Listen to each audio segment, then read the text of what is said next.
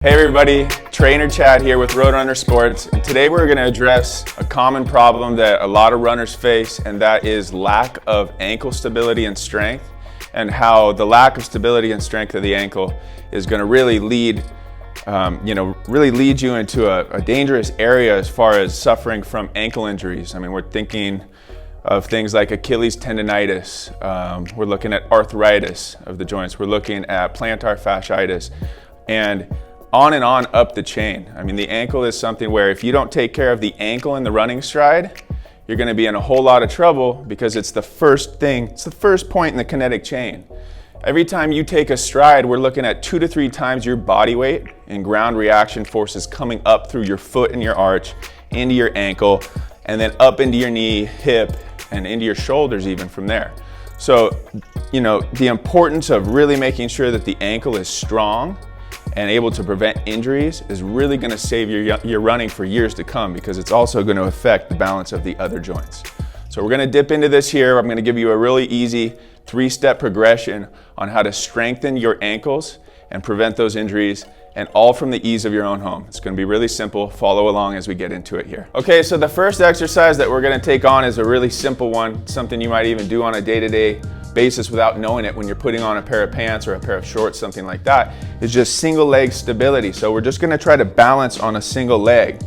Okay, and if you watch my right foot that's on the ground right here, if you watch it carefully, you'll see the foot rocking back and forth, trying to find its center. Okay, so what we're trying to do here is really just replicate the demands that are being placed on the foot and the ankle and the calves that you would experience when you're running. Again, running is essentially just flying through the air, landing on an outstretched leg from a flight phase, having to stabilize and then produce force to pull into the next step. So if you can't land under control and have that balance and stability, then you're going to be in a world of hurt eventually. So the first exercise is really just practicing on standing here, trying to create as much stability. You can see I just kind of focused, and now I can actually hold my position a lot better because I'm paying attention to what's going on. But we're just doing balance on a single leg, keeping your eyes open. Spotting a single mark will help you keep your balance, but you'll feel that ankle and the calves working the whole time. Okay, in addition to that move, something we can do on top of the stability and the balance going on the one foot is now we can work on mobility on the leg that's not working. So we'll go back up into that one leg stand. We're going to pull this knee up to our chest. And now with the up leg, we're just trying to really work these big, smooth circles. Okay, as you're running and the foot's pronating and supinating, we're not just moving the foot up and down. Okay, the foot's actually rolling through the stride.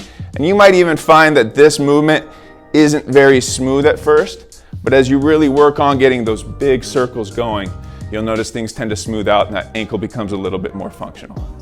Okay, so the next progression that we're going to move into is now a dynamic ankle stability demand that we're going to put on the foot and the calves, okay? Because we need to replicate the flight phase. Again, with that single leg stand, that's very static, right? We're just trying to do a low-level, entry-level exercise there to get the muscles firing and get them tuned up before we ask them to do more. So now we're looking at a multiplanar hop, okay? Again, this is gonna really imitate that flight phase, that impact where the foot actually has to land under control and stabilize from a dynamic position. Okay, so we're gonna do these multiplanar hops. We're gonna move front to back first, side to side, and then we're gonna combine it going all the way around the circle. We're gonna use both 2 legs at a time to start, and then we're gonna move into a single leg. And we're gonna change directions, okay? We're not gonna just go front to back, although running is a forward moving sport. We've got to get that ankle stable in all different directions. You never know when you're gonna have to turn, when you're gonna have to make a cut, and also the ankle's just not gonna function properly if we're only strengthening it in one direction. We saw that the ankle's able to roll through a movement and do circumduction, right? It's not just moving like a hinge. Okay, for the third progression, all right, here it is, you guys. We're gonna kind of tie it all together. We worked on that static stability with the single leg balance. We worked on dynamic stability with the multiplanar hop, really, resembling that flight phase that you have to recover from with each step on your run.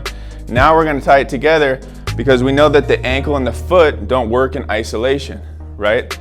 When you're running, your primary mover is your glute medius, right? The hip muscles are super active. You're also pulling through with your hamstrings. Meanwhile, you're having to engage your core. So there's a lot of things going on in conjunction with just that foot and ankle stability and strength that we need to kind of tie together to really create that complete picture and really get you ready for the demands that are placed on you out on the roads. Okay, so the first movement that we're gonna do in the third progression, there's gonna be two. First movement is just a single leg Romanian deadlift, but we're gonna add a little bit of a plyometric hop where we're really using the calves, gastrocnemius and soleus, to push us up off the ground and then force ourselves to land under control. So a single leg Romanian deadlift looks like this. Again, really we're using the hip and hamstrings, so glutes and hamstrings, to really drive this movement. But now what we're gonna do is, as we come through with this knee, we're gonna pull up into a little hop, and you're gonna try to stabilize and stand each time, right? So you don't wanna go too fast on this, you just wanna really focus, and you can see I lost it there. It's okay, it doesn't need to be perfect, but we just wanna introduce that challenge. See if you can really learn how to stabilize and move from rep to rep and land under control and use your calves to really kind of give you that pop up off the ground here. Okay, this is the final movement of the third progression, and in my opinion, this is gonna be the hardest, most complex movement to really achieve. So kind of watch carefully, but again, what we're doing is we're trying to tie in the hips and the big muscles of the lower body. We're trying to tie them in and join them in with the ankle stability and strength, again, to just more effectively target the sport-specific movement patterns that you're doing when you're out on the road running. Hey guys, a quick word. If you don't happen to have these cones, which most people probably aren't gonna have them, if you don't have tennis balls, it's no problem. We're always trying to come up with solutions that make it easy for you to do these exercises from your home. So what I would do is just use a pair of shoes that you don't have on. In fact, you can do these exercises barefoot. So put a couple shoes down on the ground, ball up a couple pairs of socks that'll fit right in the hole of the shoe, and voila, there you have it. Again, easy to replicate if you don't have the equipment. Okay, so like I said, the ankle's not a hinge, it doesn't work in one direction. So this time, instead of doing that single leg deadlift to hop, which is a straightforward movement in the sagittal plane, we're gonna work in the frontal plane and hit some oblique planes with the hip. And we're also gonna make that ankle stabilize laterally. Okay, so what we're doing here is a lateral bound with a drop lunge. And what you're gonna do is you're gonna start in front of one cone. So if you're gonna start in front of the left cone, start up on your left foot. And what you're gonna do is you're gonna start by just hopping to the side and trying to land under control on one leg. Again, if you touch the ground, you saw I just did that on the first rep, that's not a big deal, right? It doesn't need to be perfect. We just need to make sure that you're being challenged so that the muscles can get better and you can gain more control. So you're starting with the lateral bound. Now we're gonna move to a drop lunge. And as you do, you're gonna bend down and you're gonna see that I'm dropping this hip straight to the ground. I'm not hunching over, reaching for the ball by bending at the spine and the hips. You're actually dropping your butt cheek down to the ground, reaching down, grabbing the ball with the opposite hand, and then you're gonna do the same thing to the other side. So you're gonna place it down,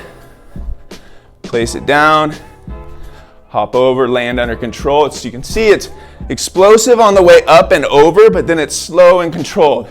Everything real stable. Now for the real challenge, we're gonna keep the back leg off the ground, so we're really testing the balance and stability of this front working leg here. As you get more comfortable and more fluid, you can move quicker and quicker. But again, start slow, get stable, and then add speed to it. So there you have it, guys. There's 3 progressions, some simple do-at-home, do-it-yourself exercises that are gonna really help you shore up your weak ankles and prevent you from long-term injury and having to sit on the sidelines while everyone else is enjoying their runs. So use these to your advantage. As always, we're here to just increase your knowledge, increase your education on how your body works, and try to solve problems before they arise. Feel free to come back with any comments, questions, concerns, topics you want us to cover in the future. You can reach me. I'm right here in the San Diego area. I'm a local guy. You can reach me at trainerchadg@gmail.com. At any time, I'll get back to you as soon as possible and try to help you out. Okay, you guys, take this information, use it to the best of your ability, and we'll see you out on the roads.